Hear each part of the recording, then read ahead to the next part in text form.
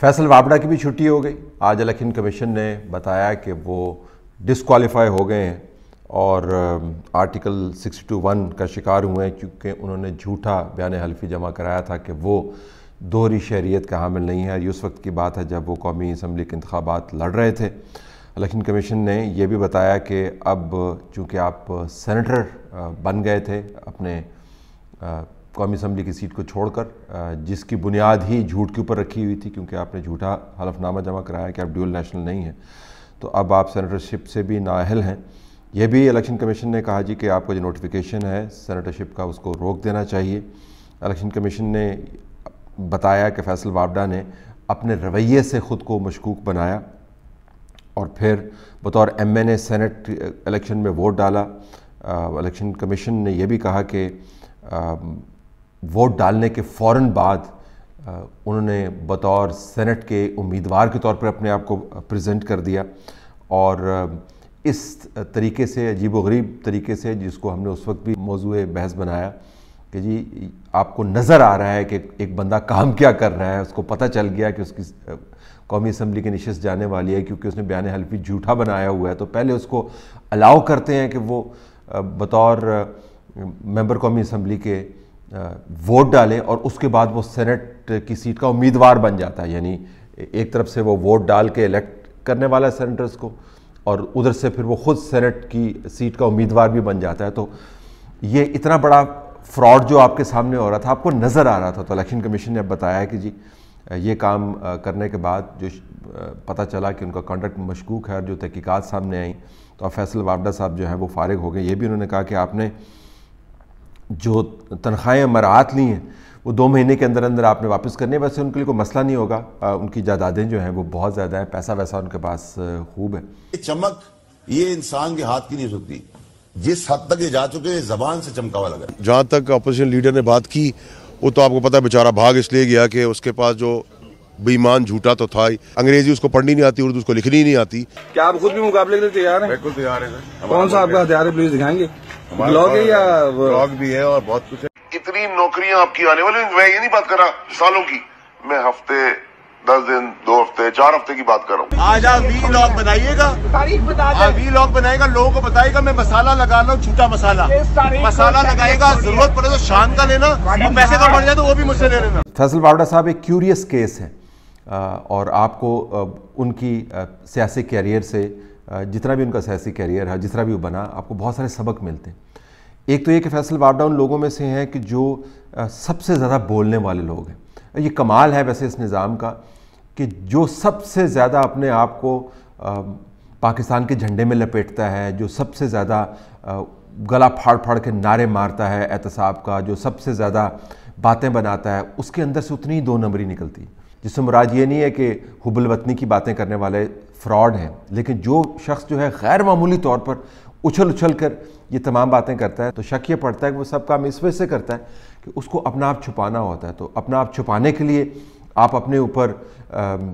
پاکستان کا جھنڈا اوڑھ لیں، آپ اپنے آپ کو احتساب کا چیمپئن بنا لیں، آپ ٹیلی ویژن چینلز کے اوپر آ کے فوجی بوٹ اٹھا کے آپ رکھ دیں اور اس کے حوالے سے باتیں کریں، آپ پتلون کے اندر پستول لگا کے پھرتے ہوں اور بتائیں کہ کتنے بڑے بہادر ہیں آپ، چیف جسٹس کو بڑے بڑے بکے دیں، اور آپ ایسی باتیں کریں کہ جیسے آپ سے بہترین پاکستانی ہے نہیں۔ آپ فوج کے ترجمان بن جائیں، آپ جمہوریت کے ترجمان بن جائیں۔ جو بڑھ چڑھ کر باتیں کرنے والے ہیں نا، عموماً ہم نے دیکھا ہے کہ ان کے اندر سے کوئی نہ کوئی 2 نمبری نکل ہی آتی ہے۔ تو فیصل وابڈا کو اب الیکشن کمیشن نے یہ کہہ دیا ہے کہ وہ انہوں نے جھوٹ بولا ہے، اور یہ وہ باتیں ان کے بارے میں جو سب کو پتہ تھی کہ 2018 کے انتخابات وہ کیسے جیتے ہیں۔ کراچی کے اندر کوئی بھی رپورٹر جو ذرا سے بھی سیاسی سمجھ بوجھ رکھتا ہے اور اصولی طور پر اپنی رپورٹنگ کرنے کا قائل ہے، آپ اس سے جا کے انٹرویو کر کے دیکھ لیں، وہ آپ کو بتا دے گا کہ فیصل وابڈا سیاست کیسے کرتے ہیں۔ جب ہم جیو میں کام کر رہے تھے تو اس وقت جو سب سے زیادہ اوپر سے سفارشیں آتی ہوتی تھیں، اور یہ جیو کی انتظامیہ باقاعدہ بتاتی ہوتی تھی جی کہ فیصل وابڈا کو لازمی لینا ہے کیونکہ اوپر سے ان کی سفارش ہے، یہ فیصل وابڈا کی ہوتی تھی۔ تو جس سے آپ کو پتہ چلتا ہے کہ نیکسس کیا تھا۔ لیکن بہت بڑا سبق ہے کہ آپ تمام تر کام کرنے کے باوجود، تمام تر جھنڈے لہرانے کے باوجود اور بیج پہننے کے باوجود، آپ دوسرے لوگوں کو دھمکیاں دینے کے باوجود، اگر آپ کی سیاسی اٹھان کے اندر کوئی خم ہے، کوئی جھول ہے، کوئی بہت بڑا راز ہے، تو وہ پانی میں پھینکی ہوئی لاش کی طرح کچھ دیر تو اندر رہے گا لیکن باہر آ جاتا ہے وہ۔ تو اب یہ حقیقت سامنے آ گئی ہے۔ اگر اس وقت ان کے کیس کا فیصلہ کر دیا جاتا تو شاید اتنا طویل عرصہ لگتا ہی نہیں، ان کو سینٹ تک پہنچنے کے لیے جو منازل طے کروائی گئی تھیں وہ ہو سکتا کروائی نہ جاتی یا کروائی نہ سکتے، لیکن اس وقت نظریہ سیاسی ضرورت کے تحت ایسے بہت سارے لوگوں کو انٹروڈیوس کروایا گیا۔ اور صرف یہ ایک کیس نہیں ہے، 2018 میں جو ریزلٹس ہیں الیکشن کے ریزلٹس، اس کے اندر آپ کو درجنوں ایسے کیسز ملیں گے جس کے اندر ایسے لوگ جو ہیں جو سیاسی گھس بیٹھی ہیں ان کو پروموٹ کیا گیا۔ اب فیصل وابڈا صاحب جو ہیں ان کی وجہ شہرت جو ہے ظاہر ہے ٹی وی ٹاک شوز کے اندر آ کر بڑی بڑی باتیں کرنا اور اوپوننٹس کے خلاف بدترین قسم کی زبان استعمال کرنا، اب یہ ان کی وجہ شہرت بن گئی ہے۔ لیکن ان کو اس میں کوئی غصہ یا غم نہیں تھا کہ ان کی شہرت اتنی خراب کیوں ہوگی، کیونکہ اس شہرت کے ذریعے انہوں نے بہت ساری ایسی منازل پا لی، سینیٹر بن گئے جو ان کے کبھی خواب و خیال میں بھی نہیں تھا۔ تو بعض لوگوں کا خیال یہ کہ اگر آپ شارٹ کٹ کے ذریعے اپنا سیاسی راستہ بنا لیں اور کچھ عرصے کی چمک اپنے اوپر لگا لیں تو اسی میں ہمارا فائدہ ہے اور اس کے بعد آپ فیڈ آؤٹ کر سکتے ہیں۔ تو اب پتہ نہیں ہے کہ فیصل وابڈا جو ہے ان کی یوٹیلیٹی اس نظام کے لیے کیا رہ گئی ہے۔ ان کی جو سیاست کے اندر اتنا بڑا جھول تھا اور ڈیول نیشنل ہو کے آپ قومی اسمبلی کے ممبر بنے اور آپ کو پتہ ہے کہ آپ کیا کر رہے ہیں، یہ بھی کمال ہے۔ جن کے لیے کر رہے ہیں ان کو بھی پتہ ہے آپ کیا کر رہے ہیں، جو کر رہا ہے اس کو بھی پتہ ہے آپ کیا کر رہے ہیں، جو ان کے اوپر رپورٹ کر رہے ہیں ان کو بھی پتہ ہے آپ کیا کر رہے ہیں، لیکن پھر بھی آپ کر رہے ہیں۔ یہ اس نظام کے اندر جو سہولت مہیا کی گئی تھی، فیصل وابڈا نے اس سے بڑا فائدہ اٹھایا۔ فیوریٹ ٹاک شوز کے اندر وہ جاتے ہوتے تھے، ہر کوئی ان کو ظاہر لینا پڑتا تھا۔ جس طرح میں نے آپ کو بتایا کہ ہدایات ان کے بارے میں بہت ہوتی تھیں، 4-5 اور بھی نام ہیں، میں آپ کو ریویل کروں گا بعد میں کہ وہ لسٹ کون سی ہے جو لسٹیں آتی ہیں کہ ان لوگوں کو لینا چاہیے، ان لوگوں کو پروموٹ کرنا چاہیے۔ اب تو ظاہر ہے اس کی طرف کوئی بات نہیں کرتا زیادہ کیونکہ حالات کافی تبدیل ہو گئے ہیں، لیکن جب یہ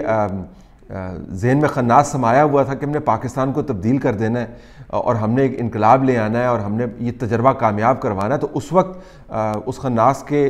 اثر کے تحت آپ نے کیا کیا کام نہیں کیا، اور ایک کام یہ بھی کیا کہ آپ نے ایک پوری جنریشن کو ریز کیا اور ان کو پلانٹ کیا ہے میڈیا کے اندر۔ تو فیصل وابڈا سیاسی طور پر بھی اسی دروازے کے ذریعے آئے، میڈیا کے اندر بھی اسی دروازے کے ذریعے آئے۔ اب ظاہر ہے ان کے پاس سپریم کورٹ جانے کا ایک دروازہ کھلا ہے اور وہ جا سکتے ہیں وہاں پر جا کے، لیکن ظاہر ہے ان کو ثابت کرنا ہوگا کہ انہوں نے جو پیپر سبمٹ کیے ہیں وہ درست تھے اور ان کے ساتھ زیادتی ہے۔ ان کو بتانا ہوگا کہ یہ کیا فارمولہ تھا کہ ادھر سے آپ قومی اسمبلی کے ممبر کے طور پہ ووٹ ڈالتے ہیں، ادھر سے آپ سینٹ کے کینڈیڈیٹ بھی بن جاتے ہیں، کمال ہی ہے ویسے یہ۔ تو ساری چیزیں ان کو بتانی ہوں گی۔ اب دیکھنا ہے کہ وہ یہ تمام پروسیس سے اپنے آپ کو دوبارہ گزاریں گے یا نہیں گزاریں گے۔ گزار بھی سکتے ہیں کیونکہ ان کا خیال ہے کہ وہ کچھ بھی کر سکتے ہیں اور ان کی بچت ہو جاتی ہے، کیونکہ وہ اتنے زیادہ محب وطن ہے کہ فوجی بوٹ کو وہ ٹی وی پروگرام کے اندر لے جا کر اور ٹیبل کے اوپر رکھ سکتے ہیں۔ تو جب آپ ایسا کام کر سکتے ہو تو پھر آپ کے پاس ایک لائسنس ہے کہ آپ جو مرضی کریں۔ تو عین ممکن ہے کہ وہ سمجھتے ہوں کہ سپریم کورٹ میں جا کے وہاں سے ریلیف لے سکتے ہیں۔ سپریم کورٹ کے اندر کیا ہوتا ہے اس کے بارے میں بھی ہم کچھ آپ کو زیادہ بتا نہیں سکتے، لیکن فی الحال فیصل وابڈا کی جو سیاسی ساکھ تھی جس کے بارے میں ان کو کبھی کوئی خیال نہیں کیا کیونکہ ان کو پتہ تھا کہ ان کو بچانے والے بہت سارے ہیں، جو بھی سیاسی ساکھ تھی اگر آپ عام معیار کے اوپر پرکھیں تو وہ اب ریزہ ریزہ ہو گئی ہے۔ آپ قومی اسمبلی کے انتخاب میں کاغذات نامزدگی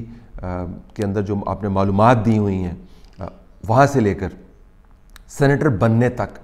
جتنا بھی سفر طے کیا اس کی بنیاد ہی جھوٹ پر مبنی تھی، جس کو الیکشن کمیشن نے ایکنالج کر دیا۔ ایشو یہ نہیں ہے کہ ان کو نااہل قرار دے دیا گیا، ایشو یہ ہے کہ اس نظام میں کتنی گنجائش موجود ہے ایسا کام کرنے کی، اور یہ نظام جو باقی تمام لوگوں کی پکڑ کی بات کرتا ہے اپنے گربان کے اندر جھانک کے نہیں دیکھتا، اور یہ نظام کتنی سہولت مہیا کرتا ہے اگر آپ صرف اس نظام کے ساتھ مل جائیں اور اس کی 2 نمبریوں کو آپ اپروو کریں اور یہ نظام آپ کو کتنا معتبر بنانے کی کوشش کرتا ہے اگر آپ جھوٹے سچے نعرے پاکستان کا جھنڈا لہراتے رہیں، نعرے لگاتے رہیں. یہ نظام آپ کو کیسے اون کرتا ہے. لیکن ساتھ یہ بھی ثابت ہوتا ہے کہ یہ اونرشپ، یہ استعمال کرنے کے بعد جب نظام رخ بدلتا ہے تو پھر کوئی سنبھالنے والا بھی نہیں ہوتا. اس میں بڑے سبق ہیں سیکھنے والوں کے لیے، اگر کوئی سیکھنا چاہے، اگر کوئی شرم اور حیا سے والی آنکھ سے